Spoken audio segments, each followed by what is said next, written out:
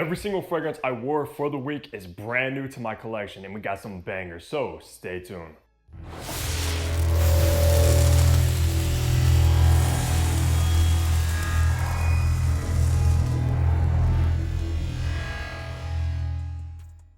Hey, what's good guys? Hunter here and welcome back to Fragrance Hunter. Today we are of course doing my weekly fragrance rotation, guys. I hope all of you had a fantastic week. I am changing some things up. I am going to be posting my weekly rotations on Monday now rather than Sunday because my life has changed up a little bit. And honestly, I think this will just be a much better schedule to begin with, going from Monday to Sunday rather than Sunday to Saturday. So if this is the first time you are tuning in to this series, I basically just run down what fragrance I wore on each day, how many sprays I did, the kind of weather outside, and of course if that particular fragrance got a compliment or not. And like I say guys, every single fragrance I wore for the week, so we got 7 fragrances, were all brand new to the collection. And before we get into my rotation, drop your rotation down below and let's get right into Monday. Monday was in the mid 80s and sunny, and I went with the brand new Alpham, which is Rare Reef. Now this fragrance right here, guys, you see it? This destroys Louis Vuitton's Pacific Chill. And if you know anything about me, I'm not a fan of that fragrance, that scent profile, like at all. And it's one of the most popular fragrances from Louis Vuitton, especially like on TikTok with the younger audience. However though, Alpham destroyed Pacific Chill with Rare Reef, guys. This is a much better fragrance. It kind of is a twist on that DNA. Tones down on that feminine kind of fruity apricot. It adds this aquatic kind of ozonic violet leaf. And the performance is probably 3 times better than Pacific Chill, because that one right there is one of the worst performers from Louis Vuitton alongside Afternoon Swim. And this fragrance, guys, is a fraction of the price. I'll leave a tag on the video where you can get this. You could probably get it for around 40 bucks, and it's an extrait de parfum. On that day, I did go 5 sprays of a Rare Reef. It was a sunny day outside. The performance, like I said, was excellent. For being such a fresh, kind of aquatic, fruity fragrance, yeah, Alpham knocked it out of the park, and they've been on a roll with these new releases lately. So if you like Pacific Chill, absolutely get your nose on Rare Reef. Tuesday was in the high 80s and sunny outside, and I went with a brand new fragrance from Orientica, which is Victory. Now, for some reason, I don't know what's going on with Orientica, but they don't get that much talk, especially lately, but they've been pumping out some great stuff. And they probably have one of the best interpretations of Imagination, which was Azure Fantasy, which I did review. However, Victory is the brand new fragrance. Now, this one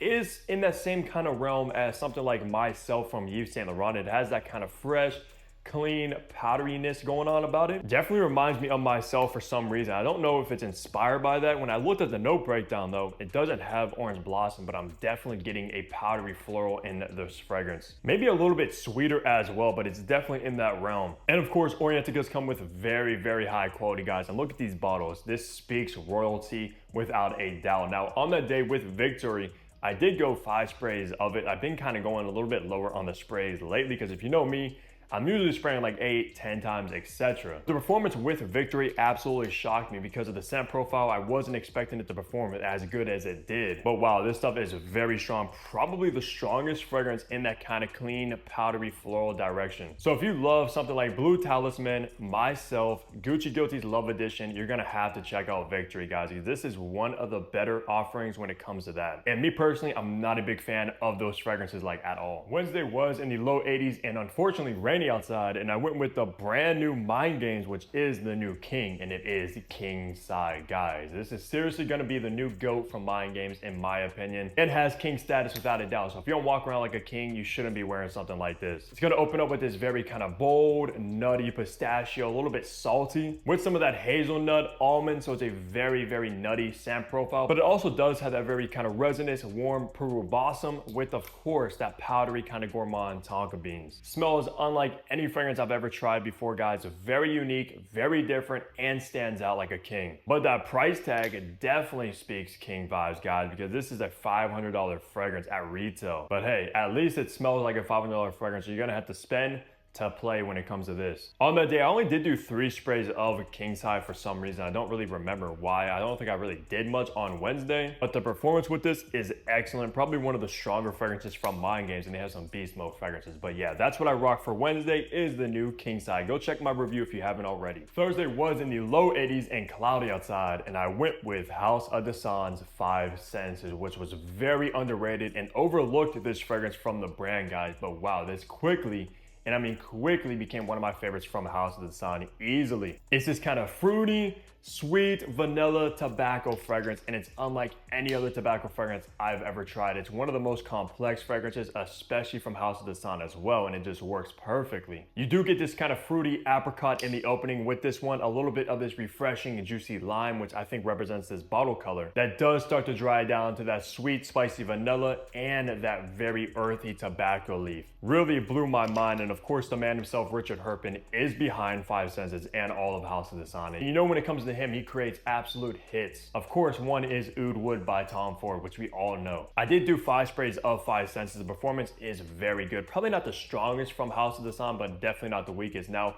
I did go to the doctor, get some blood work done, get checked up, etc. And the nurses behind the counter were like, wow, he smells so good. They were kind of like communicating amongst each other, and then they finally told me how good I smelled with Five Senses. So yeah, this will get you a ton of attention because it's a tobacco fragrance unlike any tobacco you ever tried in your life. Like I said, apricot, vanilla, tobacco with a little bit of that pinch of lime on top. Insane DNA, highly recommend checking these out. And if you do, use code HUNTER15 on Maxx Aroma to save some money because these things are not cheap. Friday was in the high 70s and cloudy, so a little bit cooler, and I went with Versace Havas Ice, which I just picked up, guys. I was out fragrance shopping and hitting up some of the rack stores. I saw this beauty on the shelf, scooped it up instantly, of course. Being a huge fan of the Havas line, I own the original.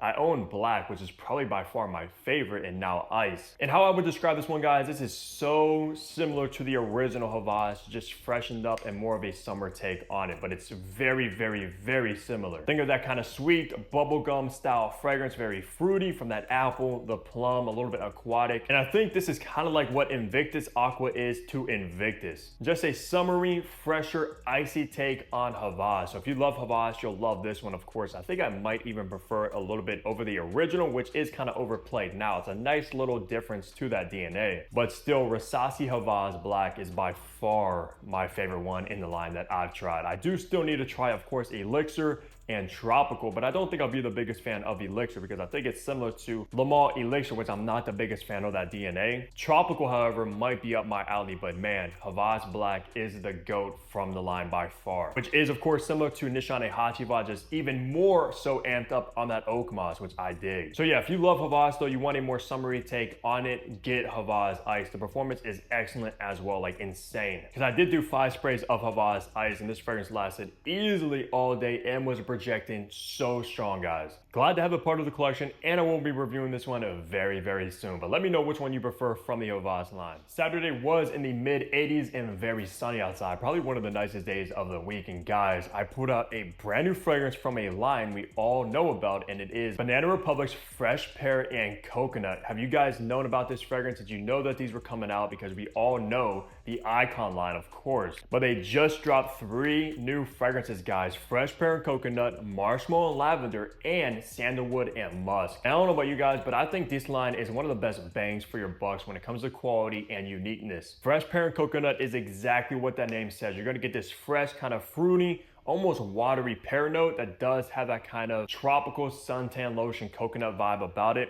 Perfect for a summer day like on Saturday. I don't think this is gonna be my favorite one from the line. I haven't worn all of them yet, only this one. But I pulled it out for that day because this one is probably more so targeted for the high heat compared to the other 2. And it's funny because I'm actually wearing Marshmallow and Lavender right now as we speak, but you're gonna have to stay tuned for next week's rotation to hear my thoughts on it. But if you wanna check out this brand new line, they are only over on So Avant-Garde. You can, of course, use code HUNTER10 to save 10% off. And these things are pretty inexpensive in and of themselves. So yeah, definitely worth checking out. Now, I did rock 6 sprays of Fresh Pear and Coconut. I wasn't expecting the best performance from it. It was about average. But I'm telling you right now, if you love pear, you love coconut, this has to be on your radar. So yeah, that's what I wore for Saturday. Wrapping the week off on Sunday, it was in the high 70s and cloudy outside, and I put out a brand new designer in the collection, and honestly might be one of the best designers I've smelled, especially recently, and it is Gucci's Intense Oud. Wow. This stuff is near being a masterpiece from Gucci, guys. This stuff is insane. And I can't believe I haven't discovered this sooner because I believe this launched around like 2015, 2016. And I'm just now getting around to this fragrance, guys. If you love oud, you love rose, saffron, you have to check this one out. A masterpiece from Gucci, guys. Also has a ton of spices thrown into the DNA. This is straight up a Middle Eastern fragrance from Gucci, and it's insane how good, how complex, and high quality this stuff is. It smells like it should absolutely be part of like the Alchemist Garden collection from Gucci. It's that high quality, even though when I looked this fragrance up, the price tag on this retail is over $200 from like Sephora, which for being a mainstream fragrance from Gucci, that is so expensive, guys. But I'll leave a tag on the video where you can probably find this for around $100 or so, which is a much better price. And at that price is a steal for the kind of fragrance. On that day, I did do 5 sprays of intense oud. Thankfully, it wasn't that hot outside. It was a little bit cloudy, and I honestly could not wait any longer to wear this beauty. I did get a compliment from my girl though. When she got close to me, she's like, wow, you smell so good today. And she loves those rose oud fragrances on me. It's probably one of the most romantic kind of combinations in perfumery, guys. Rose and oud is like Romeo and Juliet. They just go together. And for being a designer, especially a mainstream designer, this has got to be one of the best ones on the entire market easily. It's the kind of fragrance that if you know, you know, and I know for a fact this has had a huge following ever since it came out, and I have heard people talk about it, but for some reason, never really got around to getting it until now, and wow, it lived up to the hype. So that's gonna do it for my weekly fragrance rotation, guys. I hope you enjoyed it. All these brand new fragrances in my collection. So if you haven't already, drop your rotation, and down below, I'm curious what you guys are rocking with. And of course, leave a like on the video, subscribe below if you haven't already, because what are you doing? I got you guys with the daily fragrance content now, and I'll see all of you back here tomorrow. Take care, everybody.